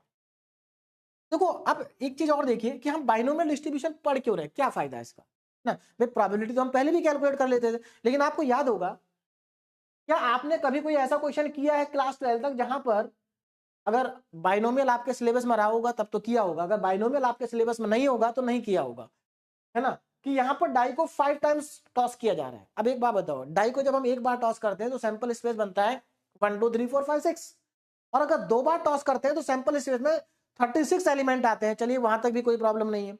अगर हम 3 बार टॉस करते हैं तो 216 एलिमेंट्स आते हैं, वहां तक भी हमने क्वेश्चन किए थे क्लास 12 में, कोई प्रॉब्लम नहीं। लेकिन अब मुझे एक बात बताइए, अगर डाई को 4 बार टॉस करेंगे तो 6 की पावर 4 हो जाएगा, यानी कि इतना बड़ा सैंपल स्पेस अगर बनेगा तो क्या वो हमें समझ में आएगा, क्वेश्चन नहीं आएगा। यहां पर 5 बार टॉस हो रहा है तब भी हमारे लिए क्वेश्चन बहुत आसान है, क्यों, क्योंकि यहां पर हम यूज कर रहे हैं बाइनोमियल थ्योरम। बाइनोमियल थ्योरम में केवल आपको एक ट्रायल में देखना, एक ट्रायल में कि सक्सेस की प्रोबेबिलिटी क्या है और फेलियर की क्या है, और उसके बाद बाइनोमियल थ्योरम लगा देना है। तो यहां पर ये मेरा सैंपल स्पेस है। अब देखो प्रोबेबिलिटी ऑफ सक्सेस कितनी है, प्रोबेबिलिटी ऑफ सक्सेस क्या है, कि आपके पास ऑड नंबर आएगा। कितने ऑड नंबर है यहाँ पर? 1 2 3, 3 ऑड नंबर है। तो इसका मतलब प्रोबेबिलिटी ऑफ सक्सेस हो गया 3/6 favourable outcome upon total outcome, यानी कि प्रोबेबिलिटी आ गई 1/2 और यहां पर सक्सेस की प्रोबेबिलिटी 1/2 आ गई है, यानी कि बाई चांस यहां पर भी सक्सेस की प्रोबेबिलिटी 1/2 ही आ रही है। ये बाई चांस है, ऐसा हमेशा नहीं होगा, ठीक है ना। अच्छा, फेलियर की प्रोबेबिलिटी क्या है भाई? सीधी सी बात है, जब सक्सेस की प्रोबेबिलिटी 1/2 है तो फेलियर की भी 1/2 ही होगी। क्यों? क्योंकि P प्लस Q 1 होता है। P प्लस Q क्या होता है? 1। तो अगर P प्लस Q 1 है और आपकी सक्सेस की प्रोबेबिलिटी 1/2 है तो फेलियर की प्रोबेबिलिटी 1 माइनस 1/2 यानी कि अगेन 1/2 ही आएगी। तो इस चीज का ध्यान रखना, अगर आपको सक्सेस की प्रोबेबिलिटी पता है तो आप फेलियर की बता सकते हैं, और अगर आपको फेलियर की पता है तो आप सक्सेस की बता सकते हैं। आगे बढ़ते हैं। अब देखिए जरा, तो यहां पर Q भी हमें पता चल गया। Q कितना होगा? यहीं पर लिख लेता हूं, Q भी 1/2 ही होगा, यानी कि प्रोबेबिलिटी ऑफ फेलियर भी 1/2 ही होगा, ठीक है ना। This is the probability of failure. आगे बढ़ते हैं। तो सक्सेस की प्रोबेबिलिटी पता चल गई, फेलियर की प्रोबेबिलिटी पता चल गई। अब हम आगे बढ़ते हैं। अब हमसे क्या कहा गया? नंबर ऑफ ट्रायल हमारे पास 5 है। हमसे कहा गया find the probability of getting at least. देखिए, जो एटलीस्ट वर्ड होता है ना, ये बहुत इंपॉर्टेंट होता है। कम से कम 4 बार सक्सेस मिलनी चाहिए। इसका मतलब हमें प्रोबेबिलिटी फाइंड करनी है कब? जब सक्सेस हमारी 4 या 4 से ज्यादा हो। सक्सेस क्या होनी चाहिए? कम से कम 4 सक्सेस होनी चाहिए, 5 भी हो सकती है, क्योंकि डाई को 5 बार टॉस किया जा रहा है तो 5 से ज्यादा सक्सेस तो मिल नहीं सकती। तो P greater R greater than equal to 4। और देखिए, इस टाइप के क्वेश्चन मैंने आपको रैंडम वेरिएबल में कई सारे कराए थे, काफी सारे क्वेश्चन हमने किए थे, इसलिए लेक्चर नंबर 1 2 3 बहुत इंपॉर्टेंट है। अगर आपने 1 2 3 पढ़ लिया है तो ये बहुत आसान लगेगा आपको। देखिए, तो यहां पर probability of r equal to 4 plus probability of r equal to 5, ये हमें फाइंड करना है। यानी कि यहां पर r की वैल्यू 4 है, यहां पर r की वैल्यू 5 है, n की वैल्यू आपके पास 5 है ना। p भी आपके पास 1/2 है। तो यहां पर अब सीधे हम क्या करेंगे? बाइनोमियल डिस्ट्रीब्यूशन का फॉर्मूला लगा देंगे। चलिए देखिए, तो अब यहां पर मैं कैलकुलेट करने जा रहा हूं, ध्यान देंगे। p इक्वल टू आर का मतलब है, p इक्वल टू आर का मतलब है 5c4, और p कितना है? p हमारे पास 1/2 है, तो यहां पर 1/2 की पावर r होता है, यानी कि 4 आ जाएगा, इंटू 1/2 की पावर n माइनस r मतलब 1 आ जाएगा, की पावर 1 प्लस यहां पर 5c5 बनेगा, और 1/2 देखिए p नहीं आएगा यहां पर, p की पावर क्या हो जाएगी? सॉरी, p आएगा 1/2 की पावर 5, और q नहीं आएगा, q की पावर 0 बच जाएगी। अब इसमें से देखो, यहां पर भी 1/2 की पावर 4 है, ये 1/2, तो 1/2 की पावर 5 यहां पर भी होगा, क्योंकि बेस सेम है, पावर ऐड हो जाएगी, बेस सेम है, यहां पर पावर 5 ही है, तो 1/2 की पावर 5 तो आ गया कॉमन, है ना। अंदर क्या बचा? यहां पर बचा आपके पास 5c4, और यहां पर बचा आपके पास 5c5। और ये तो बहुत ही सिंपल है। देखिए, 1/2 की पावर 5 कितना होता है? 32 होता है, और ये कितना हो जाएगा ब्रैकेट में? 5c4 5 होता है, और 5c5 1 होता है, तो ये 6 बना। कितना बना? 6। तो यहां पर हमारे पास 1/32 इंटू 6। अब यहां पर इसको कैंसिल कर लेते हैं, 2 से 3 टाइम्स, 2 से 16 टाइम्स, तो 3/16। तो यहां पर हमारे पास जो फाइनल आंसर आ रहा है, फाइनल जो हमारे पास आंसर आ रहा है वो आ रहा है P r greater than equal to 4 is equal to 3/16। 3/16। तो ये क्वेश्चन भी हमारा कंप्लीट हो गया। अब हम चलते हैं अपने नेक्स्ट क्वेश्चन पे। देखिए, नेक्स्ट क्वेश्चन क्या है, जरा ध्यान दें। और die is toss thrice, again एक डाई है जिसको 3 बार टॉस किया जा रहा है, यानी कि यहां पर नंबर ऑफ ट्रायल कितने हैं? 3 है। नंबर ऑफ ट्रायल तो 3 हो गए, और सक्सेस इज गेटिंग 1 और 6। अब देखो यहां पर थोड़ा चेंज कर दिया, सक्सेस इज गेटिंग 1 और 6, यानी कि अगर आपको उस डाई पे 1 मिल जाए या 6 मिल जाए तो उसको सक्सेस माना जाएगा, और 1 और 6 के अलावा अगर कुछ और मिलता है तो उसको फेल्योर माना जाएगा। तो find mean, variance and number of success. अब यहां पर हमें मीन निकालना है, वेरिएंस निकालना है of the number of success. Number of success का मीन और वेरिएंस निकालना है, यानी कि यहां पर आपको मीन और वेरिएंस निकालना है। तो बहुत ही सिंपल हो गया, है ना, क्योंकि यहां पर आपको केवल और केवल मीन और वेरिएंस चाहिए। तो अब जरा ध्यान दो, नंबर ऑफ ट्रायल 3। आगे बढ़ते हैं। अब यहां पर देखो प्रोबेबिलिटी ऑफ सक्सेस क्या है, प्रोबेबिलिटी ऑफ फेलियर क्या है। तो सक्सेस तब मानी जाएगी जब आपको 1 और 6 मिलेगा। तो मैं यहां पर लिख लेता हूं प्रोबेबिलिटी ऑफ सक्सेस। देखिए सक्सेस की प्रोबेबिलिटी क्या होगी, जरा ध्यान दीजिएगा। सक्सेस की प्रोबेबिलिटी मतलब पी, तो पी की वैल्यू कितनी आएगी, है ना। देखिए प्रोबेबिलिटी ऑफ सक्सेस, सक्सेस क्या है कि 1 और 6 आए। तो एक बात बताओ, फेवरेबल आउटकम कितने हो गए, फेवरेबल आउटकम कितने हो गए। देखो हमारा जो इसका सैंपल स्पेस होता है उसमें 1 2 3 4 5 6 आता है, जिसमें से 1 और 6 फेवरेबल है। 1 और 6 क्या है, फेवरेबल है। बात समझ में आ रही है। 1 और 6 जो है, चलिए मैं यहां पर सैंपल स्पेस लिख देता हूं। देखो हमारा जो डाई का सैंपल स्पेस होता है 1 2 3 4 5, इसमें से अब आप देखो फेवरेबल आउटकम कितने हैं। देखिए फेवरेबल आपके पास 1 और 6 है, 2 है। तो फेवरेबल आउटकम ऊपर, टोटल आउटकम कितने हैं, 6 है। 6 नीचे, कितनी बार कैंसिल हुआ, 3 टाइम्स। तो यहां पर प्रोबेबिलिटी ऑफ सक्सेस हो गई 1/3। प्रोबेबिलिटी ऑफ सक्सेस कितनी हो गई, 1/3। अब मुझे एक बात बताओ, अगर प्रोबेबिलिटी ऑफ सक्सेस 1/3 है तो प्रोबेबिलिटी ऑफ फेलियर कितना हो जाएगा भाई, प्रोबेबिलिटी ऑफ फेलियर।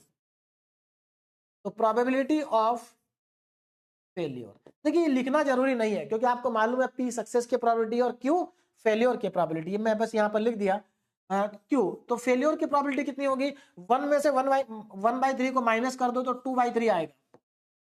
1 में से अगर आप 1/3 को माइनस कर देते हैं तो 2/3 आता है। तो ये प्रोबेबिलिटी क्या हो गई, फेलियर हो गई। ठीक, अब यहां पर number of success, number of trial कितने हैं, 3 है। अब आपको बस फॉर्मूला लगा देना है। हमसे क्या पूछा था, मीन पूछा था। तो मीन क्या होगा भाई, मीन हमारे पास होता है म्यू, और म्यू का फॉर्मूला हमारे पास होता है mu equal to NP, number of success into probability of success, sorry number of trial into probability of success. तो यहां पर ट्रायल कितने हैं, ट्रायल हमारे पास है 3, प्रोबेबिलिटी ऑफ सक्सेस कितनी है 1/3, 3 से 3 हुआ कैंसिल, तो प्रोबेबिलिटी ऑफ सक्सेस कितना आ गई, सॉरी मीन कितना आ गया, 1 आ गया। अब हम निकालते हैं वेरिएंस। क्या निकालेंगे, वेरिएंस। देखिए वेरिएंस कितना होगा, वेरिएंस, तो वेरिएंस पे ध्यान दीजिए।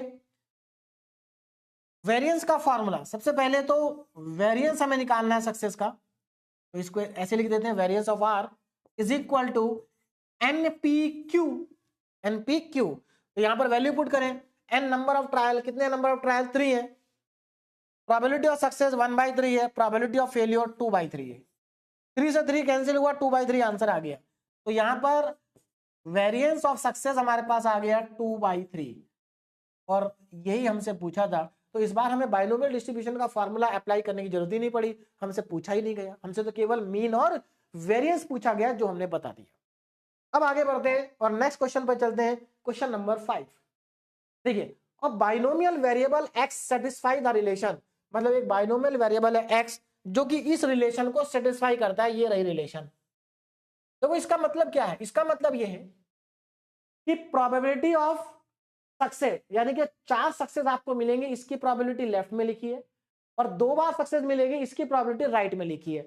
लेकिन जो लेफ्ट में लिखा गया है प्रोबेबिलिटी ऑफ सक्सेस, अगर आपको 4 बार प्रोबेबिलिटी मिलेगी तो इसको 9 से मल्टीप्लाई किया गया और इधर कुछ नहीं किया। देखो सीधी सी बात है, कोई भी एक्सपेरिमेंट हो, अगर किसी भी एक्सपेरिमेंट में 2 बार सक्सेस मिलने की प्रोबेबिलिटी ज्यादा होगी, 4 बार सक्सेस मिलने की प्रोबेबिलिटी कम होगी, इसीलिए इधर 9 से क्या कर दिया गया, मल्टीप्लाई कर दिया। ये तो कॉमन सेंस है कि भाई अगर हमें किसी भी एक्सपेरिमेंट में 4 बार सक्सेस मिलेगी, इसकी प्रोबेबिलिटी कम होगी, और 2 बार सक्सेस मिलने की प्रोबेबिलिटी ज्यादा होगी, 1 बार सक्सेस मिलने की प्रोबेबिलिटी और ज्यादा होगी। तो यहां पर ये हमें रिलेशन दिया, यानी कि हमें ये कहा गया है कि ये दोनों बराबर है। वेयर n इक्वल टू 6, यानी कि आपका जो नंबर ऑफ ट्रायल है यहां पर वो 6 है। तो हमसे क्या गया कि फाइंड द पैरामीटर p, यानी कि आपको यहां पर p probability of success find करना है। और जब आपको प्रोबेबिलिटी ऑफ सक्सेस मिल जाए तो आपको ये फाइंड करना है कि 1 बार सक्सेस मिलने की क्या प्रोबेबिलिटी होगी। तो बहुत ही सिंपल क्वेश्चन है ना, आपको समझ में आ गया होगा, और अगर समझ में आ गया है तो वीडियो को पॉज करें और अपने आप इसको ट्राई करें। तो सबसे पहले यहां पर हमें दिया है नंबर ऑफ ट्रायल, मैं यहां पर लिख लेता हूं 6। नंबर ऑफ ट्रायल क्या है? 6 है। तो सबसे पहले मैं यहां पर बाइनोमियल डिस्ट्रीब्यूशन का फॉर्मूला लिख लेता हूं। तो यहां पर मैं लिखूंगा वी नो दैट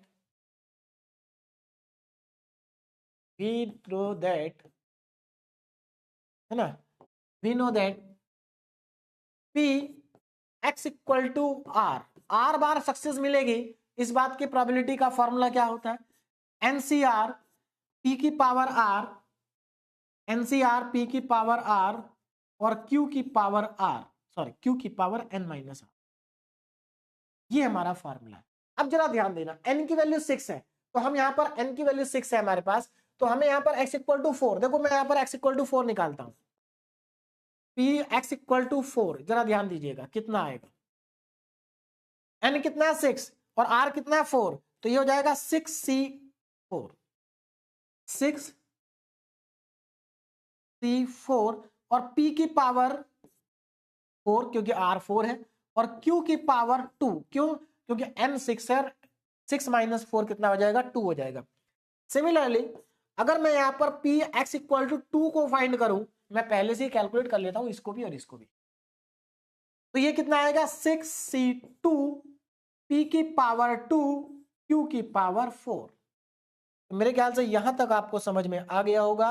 अब थोड़ा सा आगे चलते हैं ना। अब देखिए क्वेश्चन क्या कह रहा है कि ये दोनों बराबर है ना, तो according to question, according to question, देखिए क्वेश्चन के अनुसार क्या है, यहां पर ध्यान देंगे। क्वेश्चन में यह दिया गया है कि 9 times P x equal to 4 is equal to P x equal to 2, P x equal to 2, दोनों को इक्वेट कर देते हैं, इसकी वैल्यू पुट कर देते हैं, इसकी वैल्यू पुट कर देते हैं, तो यहां पर आएगा 9 इंटू एक्स इक्वल टू 4 कितना है? 6c4, 6c4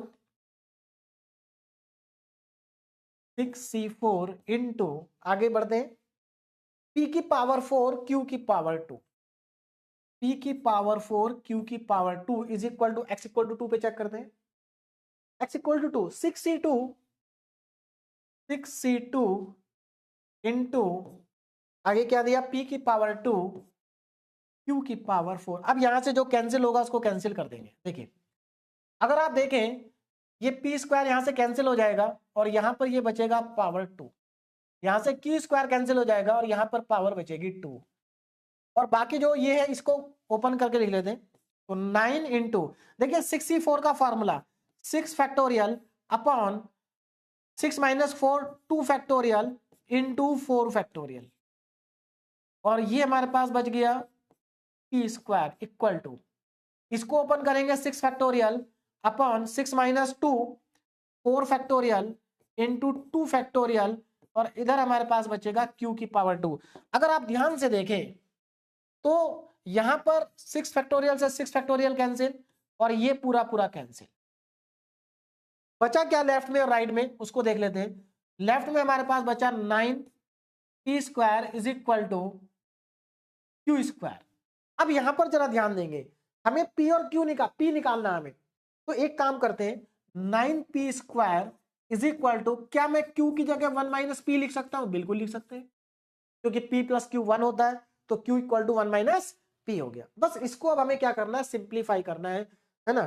चलिए इसको सिंप्लीफाई कर देते हैं, तो नेक्स्ट स्लाइड पे ही चलते हैं, इस पे आ नहीं पाएगा। तो यहां पर जरा ध्यान दीजिए, हाँ अब देखते हैं। तो यहां पर अगर मैं इसको ओपन करूं तो 9p स्क्वायर इक्वल टू, चलिए पहले मैं इसको यहां पर लिख लेता हूं, 9p square is equal to कितना आ रहा था? 1 माइनस p का होल स्क्वायर, 1 माइनस p का होल स्क्वायर। अब इसको सिंप्लीफाई करते हैं, तो सिंप्लीफाई करने पे 9p square is equal to, इसको ओपन करते हैं, a प्लस बी का होल स्क्वायर, तो 1 प्लस p स्क्वायर माइनस का 2p, p स्क्वायर को लेफ्ट में लाते हैं, 2p को भी लेफ्ट में लाते हैं, सबको लेफ्ट में ले आते हैं, तो ये हो जाएगा आपके पास 8p स्क्वायर और प्लस का 2p और माइनस का 1 इक्वल टू में 0, है ना। या तो कैलकुलेटर से इसकी वैल्यू निकाल लो या इसके फैक्टर कर लेते हैं।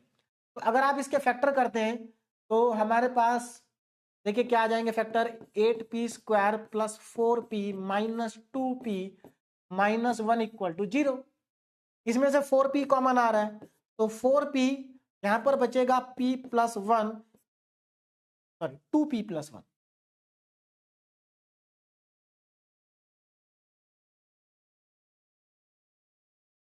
फोर पी कॉमन लिया तो यहां पर मेरे पास बचा 2p प्लस 1, और यहां पर माइनस कॉमन लिया तो यहां पर बचा 2p प्लस 1 इक्वल टू में 0। चलिए, तो यहां पर ये हमारे पास फैक्टर आ गए 4p माइनस 1 और 2p प्लस 1 इक्वल टू में 0। तो दोनों फैक्टर से अगर आप वैल्यू निकालें तो एक फैक्टर से तो आपकी वैल्यू आएगी 1/4 और दूसरे फैक्टर से आपकी वैल्यू आएगी माइनस का 1/2। और आप जानते हैं प्रोबेबिलिटी कभी भी निगेटिव नहीं हो सकती, इसलिए इस वैल्यू को क्या करेंगे, रिजेक्ट कर देंगे, है ना। तो हमारे पास जो p की वैल्यू आएगी वो ये होगी, this is the value of p। तो हमसे p की वैल्यू पूछी थी, तो p की वैल्यू तो हमने फाइंड कर ली, है ना। p की वैल्यू को हमने क्या कर लिया, कैलकुलेट कर लिया। तो find the value of parameter p हमारे पास आ गया। अब इन्होंने कहा कि px इक्वल टू 1 भी कैलकुलेट करो। अब जब px इक्वल टू 1 तो बाइनोमियल डिस्ट्रीब्यूशन के फॉर्मूले से आएगा, और उसमें p भी आता है, q भी आता है। तो पहले पहले हम q को कैलकुलेट कर लेते हैं। चलिए देखिए जरा, तो p अगर 1/4 है तो q क्या हो जाएगा, 1 माइनस p हो जाएगा, यानी कि q की वैल्यू आपके पास आ जाएगी 1 माइनस 1/4 इज इक्वल टू 3/4, यानी कि यहां से आपको q मिल गया 3/4। q की वैल्यू भी हमारे पास आ गई है। अब हमें बस बाइनोमियल का फॉर्मूला लगा देना डिस्ट्रीब्यूशन का और आंसर हमें मिल जाएगा ना। अब हमें फाइंड करना है P x equal to 1। Formula क्या बनेगा, देखिए नंबर ऑफ ट्रायल कितने यहाँ पर चेक करते हैं, नंबर ऑफ ट्रायल 6 है और x इक्वल टू 1 पे चाहिए, तो 6c1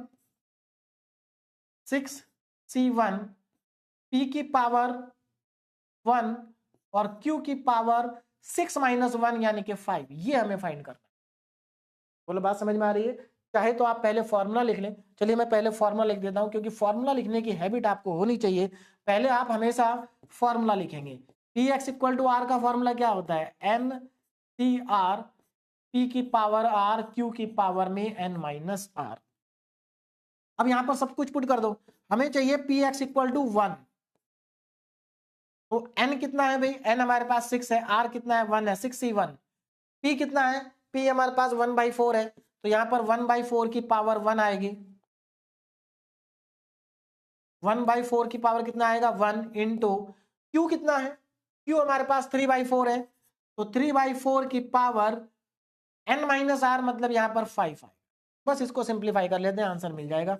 तो P x equal to 1 is equal to 6c1, देखो 6c1 6 आता है, आप इसको सिंप्लीफाई कर ले 6 आएगा, इंटू 1/4 इंटू, अब यहां पर देखो 3 की पावर 5 ऊपर रहेगा और 4 की पावर 5 नीचे रहेगा, है ना। अब ये आपको करना सिंप्लीफाई, तो यहां पर ये 2 से 3 टाइम्स, ये 2 से 2 टाइम्स जाएगा, बाकी सब आपको मल्टीप्लाई करना पड़ेगा। तो यहां पर पी एक्स इक्वल टू 1 की जो वैल्यू आ जाएगी, इसको सिंप्लीफाई कर ले, 3 की पावर 5 कैलकुलेटर की हेल्प से कर ले, तो ऊपर हमारा न्यूमरेटर आएगा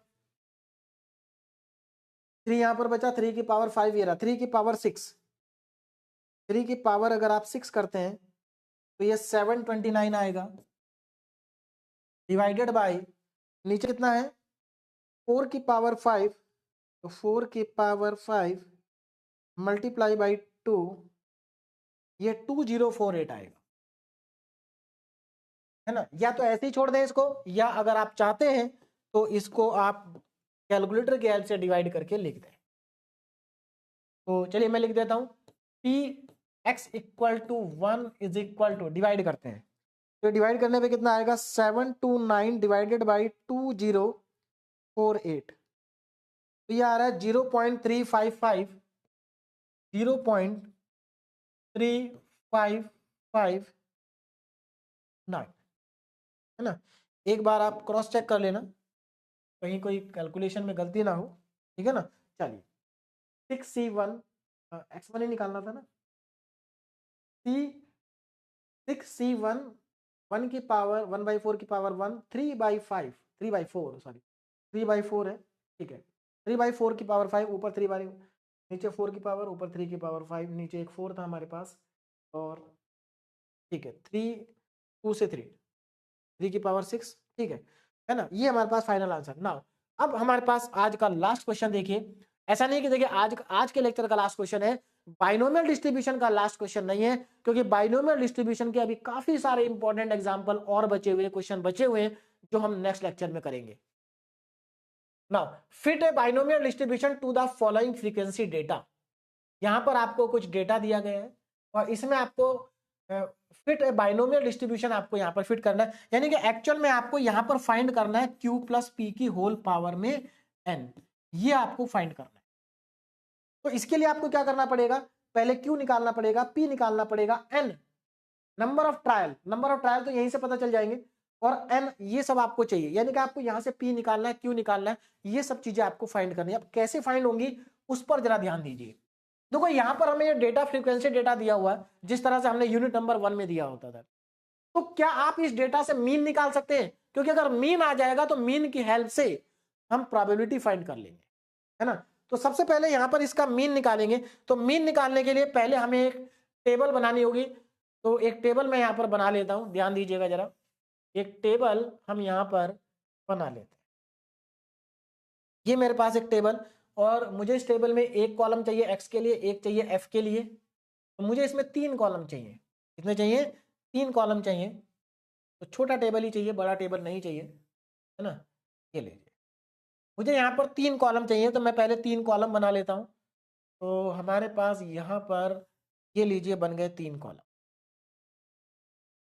ठीक है। और ऊपर हम लिखेंगे एक्स एफ, और नीचे हम लिखेंगे इनका सम। नीचे क्या लिखेंगे, इन सभी का सम लिखेंगे। चलिए हमारी टेबल बन गई, अब हम इसमें वैल्यू पुट करते हैं, जरा ध्यान देना। सबसे पहले यहां पर x आएगा और यहां पर f आएगा। x में क्या क्या दिया है, 0, 1, 2, 3, 4, और 0 के कॉरस्पॉन्डिंग फ्रीक्वेंसी दे रखी है 24, और 1 के कॉरस्पॉन्डिंग दे रखी है 41, और 2 के कॉरस्पॉन्डिंग दे रखा है 28, और 3 के कॉरस्पॉन्डिंग 5, और 4 के कॉरस्पॉन्डिंग 2। अब जरा यहां पर ध्यान दो, सबसे पहले हमें क्योंकि मीन निकालना है, तो आप जानते हैं स्टैटिक्स में हमने पढ़ा था मीन का फार्मूला, पढ़ा था summation of F x upon summation of F. तो हमें एफ एक्स चाहिए, एफ ये रहा, एक्स ये रहा, तो पहले तो हम एफ एक्स निकाल लेते हैं, यानी कि दोनों को मल्टीप्लाई करके एफ एक्स आ जाएगा।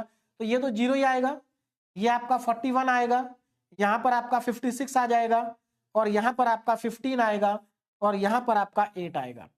इन सब का सम भी करना है, तो यहां पर ध्यान देना, हमें फ्रीक्वेंसी का भी सम करना है। तो यहां पर मैं फ्रीक्वेंसी का सम कर लेता हूं। फ्रीक्वेंसी का सम देखिए कितना आएगा, यहां पर इन सबको ऐड करना है, 41, 24, 65 हो गया, है ना, 65, और उसके बाद 65 के बाद 28, 93, 98 और 200 हो गया ये। अच्छा इनको ऐड करते हैं, यहां पर अगर आप इनको ऐड करते हैं तो 56 और ये आपका 41, तो ये 97, तो यही हो गया। 97 में अगर आप 8 ऐड करेंगे तो 105, तो ये 120 हो गया। तो समेशन एफ एक्स है 120। बस अब मीन का फॉर्मूला लगा के मीन निकाल देंगे। तो यहां पर अब जरा ध्यान दें, मीन, तो मीन कितना आएगा, ध्यान दीजिएगा, मीन मतलब म्यू, है ना। मीन को हम किससे रिप्रेजेंट कर रहे हैं, यहाँ पर म्यू या एक्स बार भी आप लिख सकते हैं। तो फिलहाल मैं यहाँ पर मीन का म्यू लिख रहा हूं, तो summation F x upon summation F, value को पुट करेंगे, तो यहाँ पर समेशन एफ एक्स है हमारे पास 120 डिवाइडेड बाई समेशन एफ है हमारे पास 100, तो ये हमारे पास मीन की वैल्यू आ गई 1.2। कितनी आ गई, 1.2। अब इसी मीन की हेल्प से हम निकालेंगे प्रोबेबिलिटी ऑफ सक्सेस, अब यहां पर जरा ध्यान देना। नाउ वी नो दैट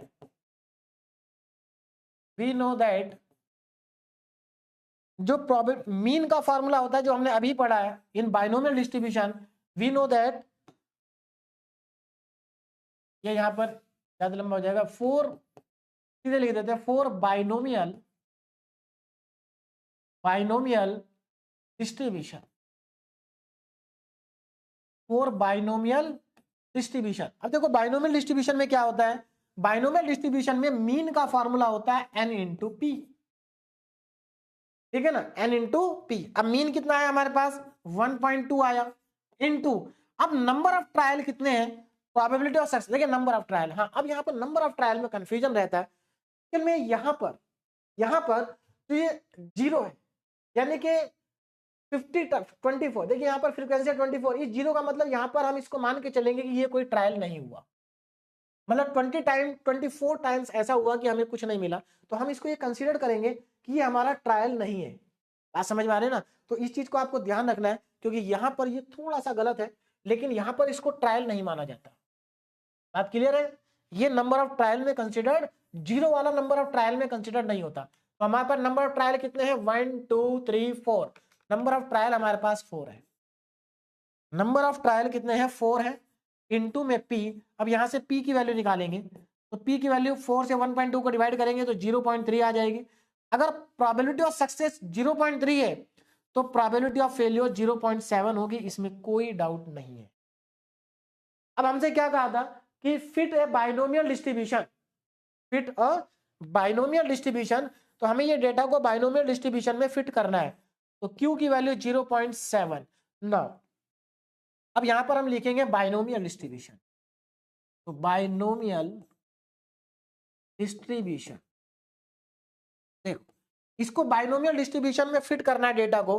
तो बाइनोमियल डिस्ट्रीब्यूशन में आपको डेटा को फिट करने का मतलब क्या है, आपको जो हमने एक फॉर्मूला पढ़ा था p प्लस क्यू, देखिए जरा q प्लस p की होल पावर n, एक टर्म मैंने छोड़ दी, बाइनोमियल डिस्ट्रीब्यूशन। देखो यहां पर ध्यान दो, n q प्लस p की होल पावर n।